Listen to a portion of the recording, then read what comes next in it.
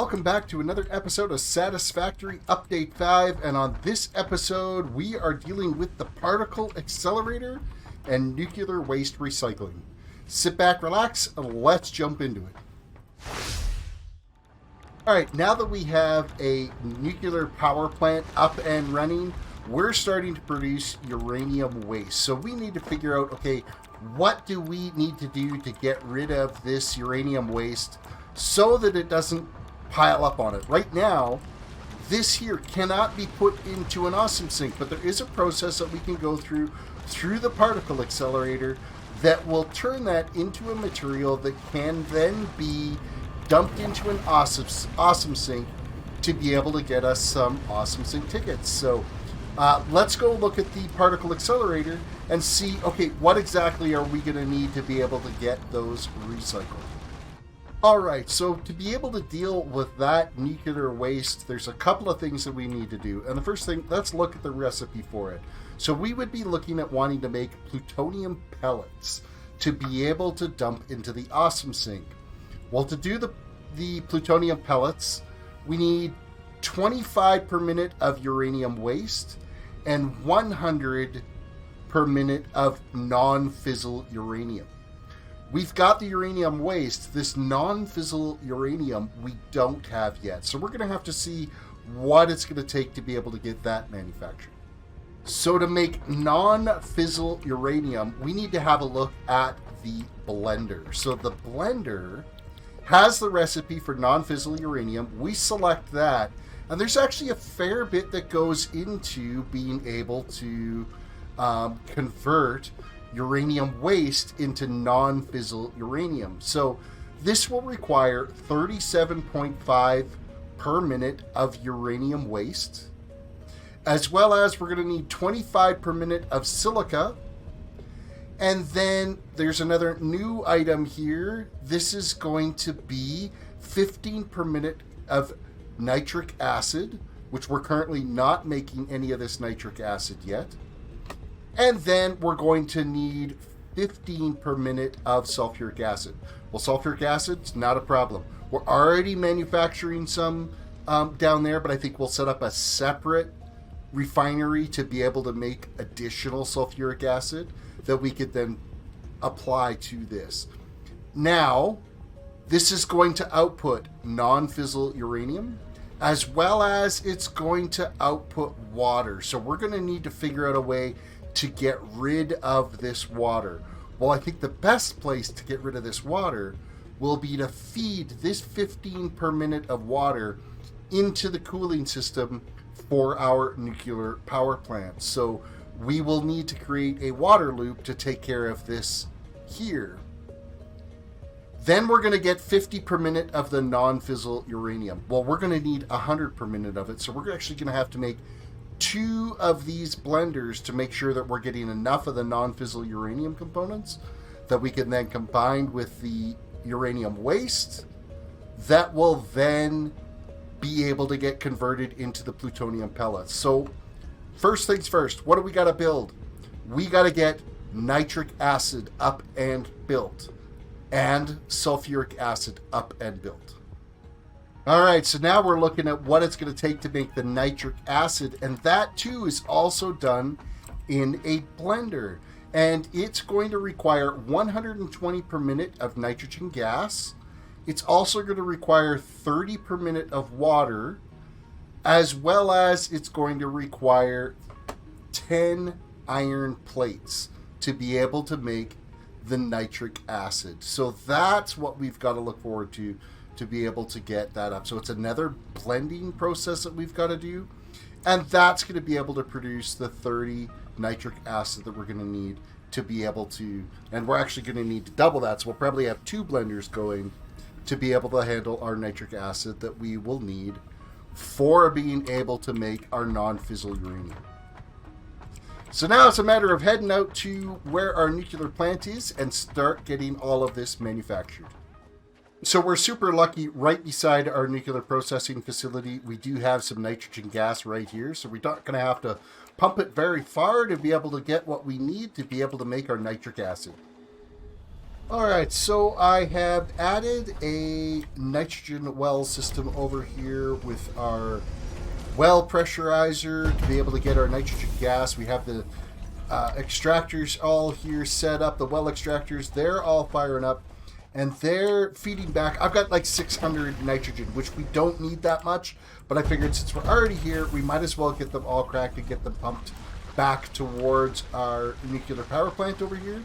And so that is all running down, and I have color-coded the pipe so that we can identify it as nitrogen, as well as I've color-coded the sulfuric acid line as well.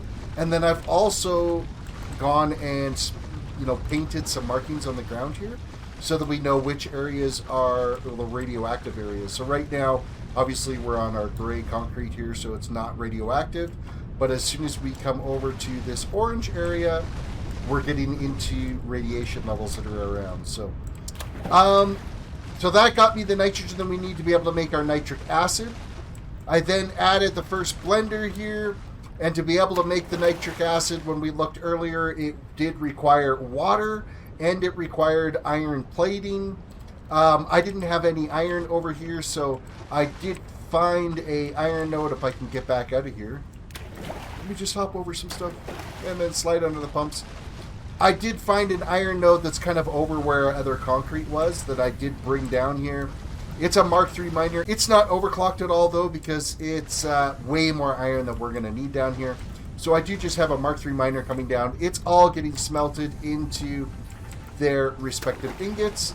Ingots are getting stored there. And then I've just set up some constructors here to make some iron plate. We're going to have more than enough iron plate that we're possibly going to need, but at least it's here and available to us as we expand out and add more nuclear power plants. So this has got our first nitric acid up and running, which is providing 30 nitric acid per minute is what we're getting out of this right now. Okay, so I've added in another refinery here. This is making some more sulfuric acid for us. And we did add another water pump in here too, just to make sure that we have enough water flowing into this. And then of course I do have this set to with a kind of like a water accumulation system here, like a fluid buffer, so that if there's excess water that we do, there is going to be one of the processes where we're going to be manufacturing here in a little bit that's going to exit. We're going to have waste water coming out. Well, we're going to need to make sure that that water comes back and is getting consumed by something. So I wanted to make sure that priority then would come into the lower level water that comes through, and then it'll pull from the higher level water. So that is kind of where we're at right now. Next, we'll be putting down the blender to make the non-fissile uranium. So to make the nuclear pasta, we did need access to some silica. So I went on a walkabout and I ended up finding this cave that's not too far away from where we need to go. It's just a little bit of a pain in the butt to try to get the materials out. But I did find a pure quartz node down here that we have got hooked up here. It's going to be 480 quartz per minute that's going to be coming out of here. We'll work at trying to get this out of this cave now and find a nice good path back towards the nuclear power plant so that we can make our non-fissile uranium that requires silica. Okay, so we have our two blenders set up that's taking our nuclear waste, our waste uranium. It's going into the two blenders. It's getting mixed with silica and then sulfuric acid and nitric acid. They're all feeding through. It's outputting a byproduct of water, which is going back and getting dumped into our refinery that's over there that's making our sulfuric acid. And if we look at both of these, there's no water stored in here, so that means it's all flushing through perfectly fine. And then we've got storage over here for our non-fissile uranium. Of course, the radiation levels right now are like peak. Now it's a matter of getting our particle accelerator put down to be able to start taking some of this nuclear waste and this non-fissile uranium and combining them into making the plutonium pellets that we can then recycle into the awesome sink. Okay, we have our particle accelerator up and functioning. We are now making our plutonium pellets. And I quickly discovered that the plutonium pellets are not what we need to be able to dump into the awesome sink.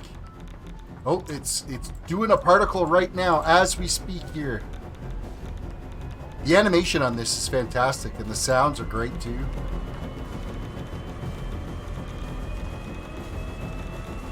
Hopefully our power consumption doesn't end up going through the roof having this thing running. But I think this one particle accelerator will work for a few of these. So for a few of the nuclear power plants. So it's a cool little feature. Like I like that the fact that they have some way for you to be able to get rid of the nuclear waste.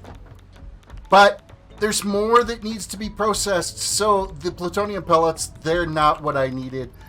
There's actually a couple of steps that we got to go beyond this to be able to get them to dump into the awesome sink.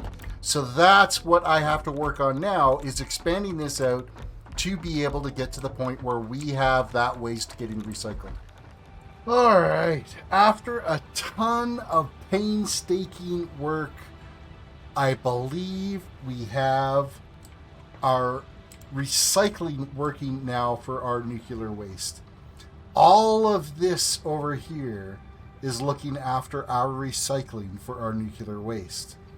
So it's been quite a process. So I've had to bring a number of materials down from our base, which included a stream of steel beams coming down here, and we also have a stream of heat sinks.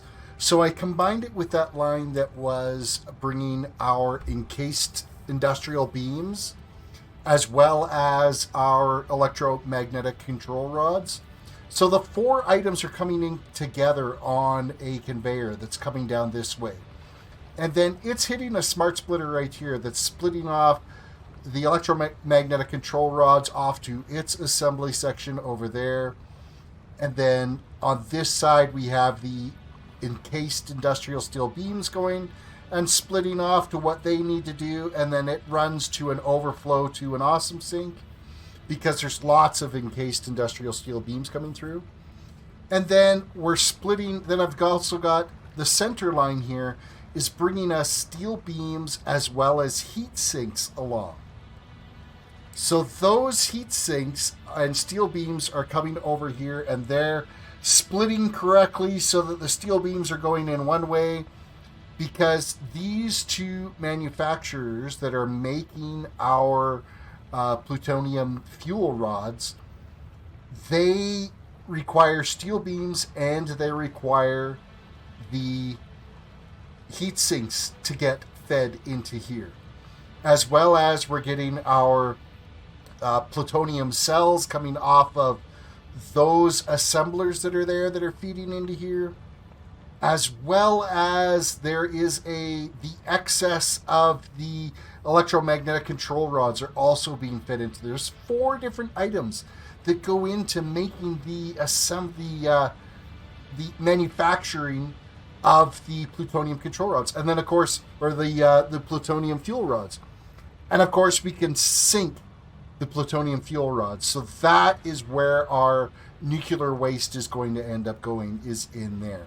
So we've got a little bit of a backup that's happening here right now, just because the whole process of assembling everything and what we had backed up over here, we have a lot of radioactive waste that's happening. I didn't even get a chance to be able to mark out all the areas that's radioactive. Like, I've got this all flagged as orange because if you're walking along there, it is completely radioactive. In fact, where we're at is radioactive, but we're up above it just slightly here, so it's not terrible for us. And we just had an autosave in there. So generally, here's basically what's happening. We have our waste coming out of the nuclear plant, hitting this little storage area. Storage area is probably redundant now. I'm thinking we probably don't need that. And then it hits this splitter, and some of the waste goes directly to the particle accelerator. And then the majority of the waste comes down to these 2 blenders Those two blenders are making our non-fissile uranium. And then that non-fissile uranium goes back, hits the particle accelerator, is combined in the particle accelerator, that's then exiting the plutonium, plutonium pellets that are coming out of there. Those plutonium pellets are falling in line onto these three, they were, assemblers there, that are then getting manufactured into making the plutonium cells. Those plutonium cells then are getting fed into these two manufacturers, which are combined with a bunch more materials to be able to make the plutonium fuel rods, and the plutonium fuel rods end up in the awesome sink. That's how we're dealing with our waste. And with that said, after all this work to be able to do this,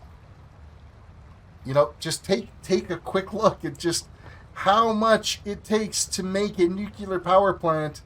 And this is just one. Now, the nice thing about this is we can up this now.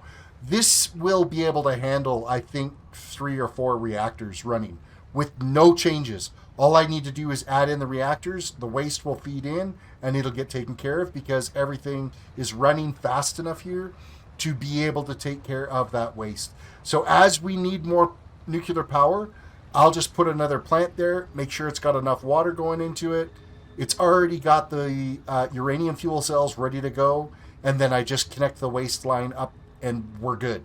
There's nothing else that needs to be done. So I could probably get, I think, 3 more for sure, maybe a 4th power plant before we have to worry about starting to step this up at all. So I hope you guys enjoyed this episode. It was a ridiculous amount of work. I think going forward now, it'll be focusing more on our objectives for finishing the space elevator. There's 4 different items there that we need to be manufacturing to be able to get that space elevator done. So look forward to that in coming episodes. With that said, guys, I hope you guys enjoyed this one. Reach down, hit that like button on the video, subscribe if you're new to the channel, ring that notification bell, and we will see you in the next one.